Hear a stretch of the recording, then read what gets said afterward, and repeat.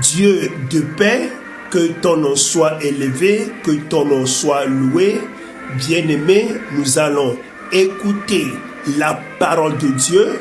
Le titre de notre message est « Gagne ton frère du péché ». Prions d'abord. Seigneur, merci pour ta parole que nous allons écouter. Nous te supplions qu'à travers cette parole, toi tu nous apprends comment nous devons faire la paix entre les frères, comment ramener la paix de Christ dans les églises, comment gagner notre frère qui est dans le péché. Seigneur, merci. Amen. Rappelons que le titre de notre message est « Gagne ton frère du péché ». Ce que nous remarquons est que dans une église chrétienne de nos jours, s'il y a un frère qui a péché, au lieu de nous rapprocher de ce frère pour essayer de le ramener à la raison par le conseil de Jésus-Christ, on ne veut pas le faire et on se met tout de suite à ne plus aimer ce frère-là. Ou dans une amitié chrétienne, si par hasard ton frère a péché contre toi, au lieu de ramener ce frère-là par le conseil de la Bible, le conseil de Dieu, malheureusement, nous les chrétiens, on n'arrive plus à mettre le conseil de Dieu pour ramener nos frères qui sont dans le péché à la raison. On ne le fait plus. Mais ce que nous faisons malheureusement, nous acceptons plutôt le conseil de Satan pour haïr ce frère-là, pour ne plus l'aimer, pour le critiquer et pour vraiment mener la rancune contre ce frère-là. Et ce qui n'est pas du tout bon. La grande question est que si au cours d'une amitié chrétienne, ton frère a péché contre toi, ou bien un frère se retrouve dans un péché, quelle manière de faire nous devons utiliser envers ce frère-là pour le gagner?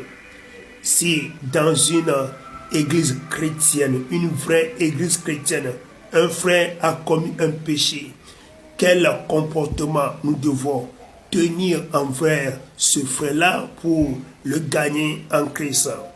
Lisons la Bible dans le livre de Matthieu, chapitre 18, du 15e au 17e verset. La Bible nous dit: si ton frère a péché, va, reprends-le en toi et lui seul.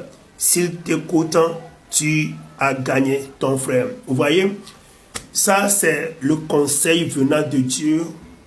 Ce conseil que vraiment nous allons utiliser pour vraiment faire la paix entre nous et nos frères.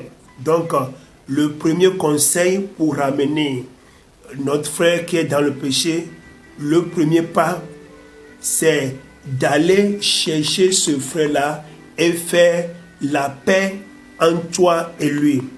Vous voyez? Donc, c'est malheureux qu'on ne fait pas ça, mais on ne veut plus aimer la personne, on ne veut plus parler avec la personne, ce qui n'est pas du tout bon devant Dieu.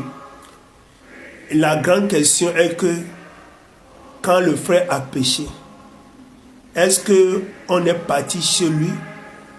Tu es parti chez lui pour essayer de le conseiller, essayer de le ramener par le conseil de Jésus, pour le ramener à Jésus. Est-ce que tu l'as fait?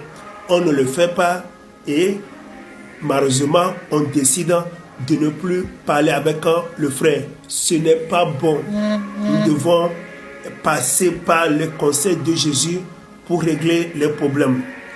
Et là, si ça échoue, si le frère ne t'écoute pas, nous allons continuer avec le verset 16. La Bible dit: Mais s'il ne t'écoute pas, prends avec toi une ou deux personnes afin que toute l'affaire se règle sur la déclaration de deux ou de trois témoins. Vous voyez?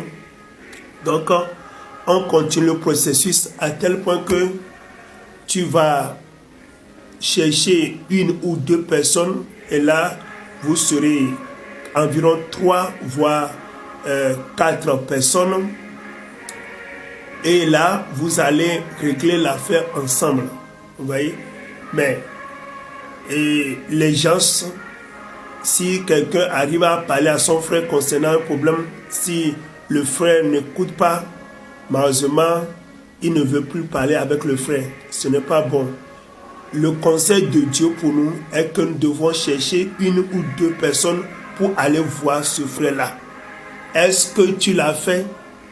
Mais on ne le fait pas. Malheureusement, on ne veut plus parler avec la personne. On devient ennemi avec la personne. Ce qui n'est pas bon pour un enfant de Dieu. Ce n'est pas bon pour le royaume de Dieu. Ce n'est pas bon pour le corps de Christ. Continuons.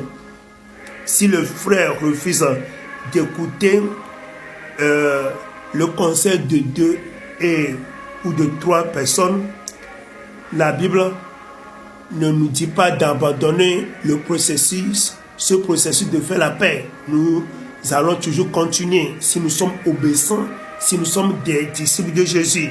Continuons. Verset 17, la Bible dit, s'il refuse de les écouter, dis-le à l'église. S'il refuse de l'écouter, il faut continuer à tel point que on va dire ça à toute l'église. Oui. Et s'il refuse aussi d'écouter l'église, s'il refuse d'écouter aussi l'église, c'est-à-dire le troisième pas, c'est que le frère doit écouter l'église.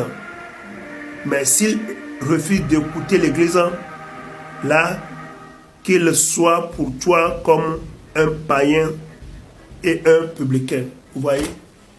Là, au troisième pas maintenant, si le frère refuse d'écouter l'église aussi, la Bible nous dit de le considérer comme un païen. C'est-à-dire quelqu'un qui n'a jamais reçu Jésus dans son cœur, quelqu'un qui n'est jamais sauvé.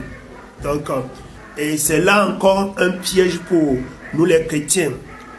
La Bible nous dit de considérer ce frère-là en péché, ce frère qui a endurci son cœur, de le considérer comme un païen. Et c'est là le grand piège maintenant. Comment nous devons considérer les païens? Nous devons considérer les païens comme Jésus les considère. Bien, nous devons agir envers les païens comme Jésus agissait toujours envers les païens.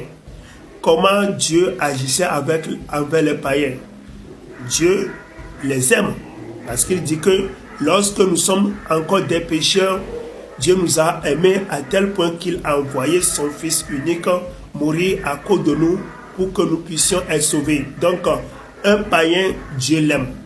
Ce que Dieu faisait envers les païens, c'est seulement de les aimer. Donc, si vraiment nous considérons ce frère comme un païen, là, nous allons continuer par l'aimer. Vous voyez, de nos jours, vraiment, s'il y a une séparation dans une amitié chrétienne, on ne veut plus appeler la personne, on ne veut plus parler pour la personne, on ne veut plus lui faire du bien, c'est malheureux. De la même manière, quelqu'un quitte l'église, on ne veut plus l'aimer, on ne veut plus l'appeler. Malheureusement, on va le haïr. C'est pas bon. Un païen, on doit l'aimer. Un frère chrétien qui t'a quitté, tu dois l'aimer, tu dois continuer de l'aimer. Un frère chrétien qui a quitté votre église, il faut continuer par l'aimer, pour le saluer, l'aimer. Dieu nous bénisse. Vous avez besoin des questions et des prières, il faut m'appeler sur mon numéro WhatsApp, plus 228 91 95 23 05. Je répète, vous avez besoin des questions et des prières, il faut m'appeler sur mon numéro WhatsApp, plus 228 91 95 23 05. Pour en avoir plus, Power TV's International.